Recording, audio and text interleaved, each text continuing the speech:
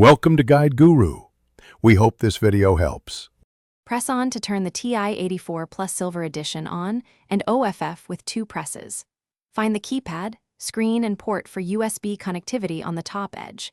Adjust contrast using second, then the up or down arrows until text looks normal. Use the 4-directional pad for cursor movement and menus across the screen. Press alpha to type letters for variables and labels. Replace AAA batteries if the battery icon flashes, and keep the backup battery installed.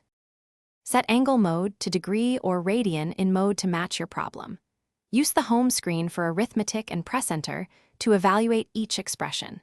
Use parentheses to enforce order of operations when combining multiple terms. Store results into variables using SDO right arrow, then press a letter and enter to reuse the value. Convert between fractions and decimals with math and select the desired format. Change display to floating or scientific notation inside mode for large or small numbers. Enter functions in y equals and press graph to view up to 10 plotted equations on the screen. Adjust the viewing window with window settings or press zoom and choose a preset like Zoom Fit. Use trace or the calc menu to find intersections, zeros, and coordinates precisely.